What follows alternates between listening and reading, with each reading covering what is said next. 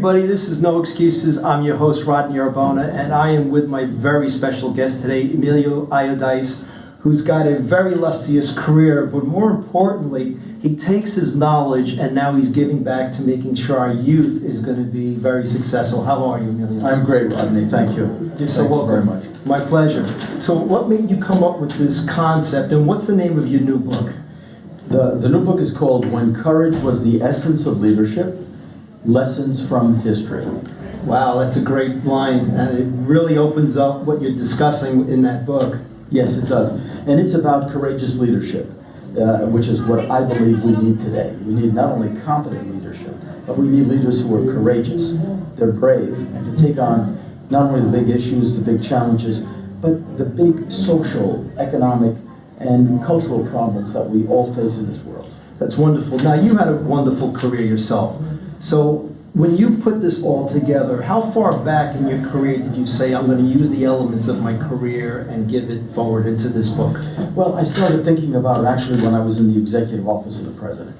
When I worked in Washington for a number of years, and then when I went into the diplomatic corps, I already started thinking of how to use my experience working with great leaders and also taking on leadership roles and someday giving back to the world what I learned. And that's what I've been doing as an educator, as an administrator. I was the director of the campus of Loyola University of Chicago in Rome for 10 years. Before that, I was with Lucent Technologies as a vice president of global operations.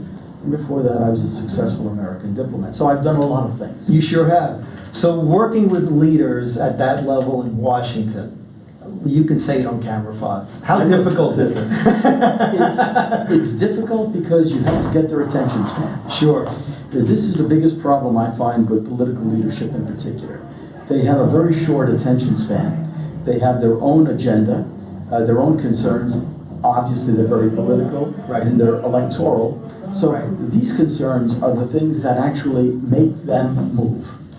And if you can't hold on to their attention span for a long time and get something that is truly of interest to them and to the things that they're doing, nothing gets done. Wow, so this must be the most difficult elevator pitch you ever had to get involved in. Absolutely. Absolutely. So knowing that the attention span was only 90 seconds, that you had to say what you had to say, and you had to make sure that they understood the value of it very, very quickly. You know, I know we all like to judge our leaders and think they're not doing a whole lot because we're on the outside looking in. I honestly couldn't imagine being any one of them with how diverse every country is today.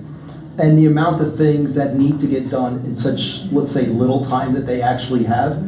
If it's a 2-year to 4-year cycle, boy, 2 years, 4 years goes by for me like this. Yes. And I don't have much of an agenda.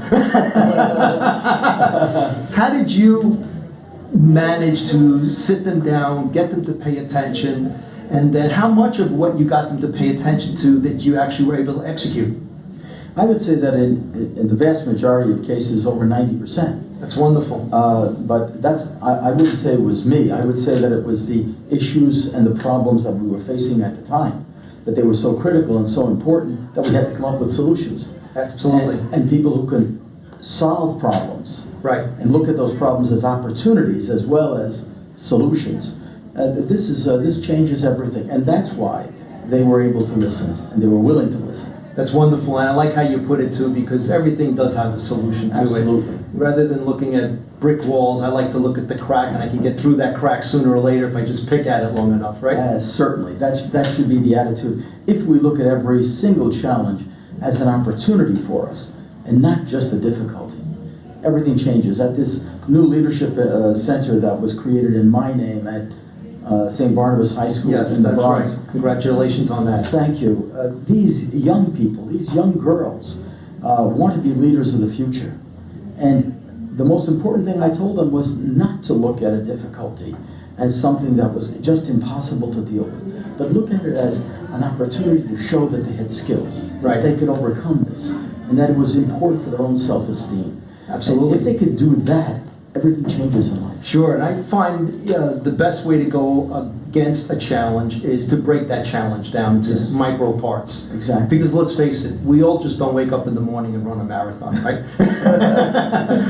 No, not at all, not at all. So taking all your career, Lucent, working in Washington, being overseas, I can go on in your career, so we don't have that much time.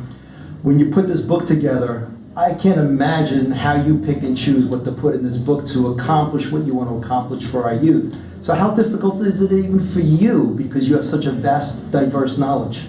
It wasn't easy, so I thought about it from three aspects. Political leadership and courage in the area of the political realm. Personal leadership, where people every day have to exercise bravery in what they do. And spiritual leadership. Beautiful. So courage in all three areas for me were very important.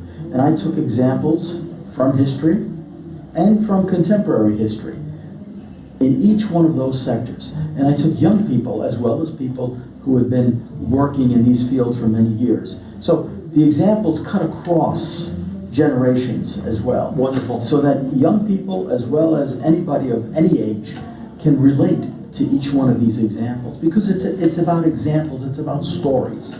We live by stories.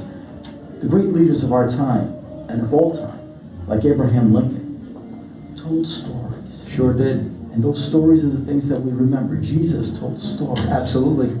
So we have to remember that that's the way we exist. We exist by one story after another. Beautiful. We call it history. That's right. To me, stories are also like a music.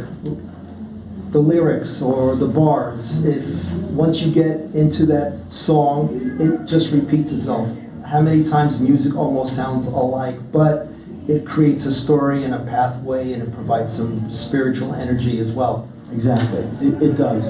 And I think each and every one of us has something to talk about. 100%. And we each have a story to tell. And it may not be about us. It may be about our parents or people that we admire or our models. I'm often asked by people, when you have to make a decision, how do you do this? I say I have a compass. I have a compass that's led me throughout life. On one side of my compass, if I have to make a moral decision, I would say, what would Jesus do? Absolutely. I'm a Christian. Perhaps a Jew would say, what would Moses do?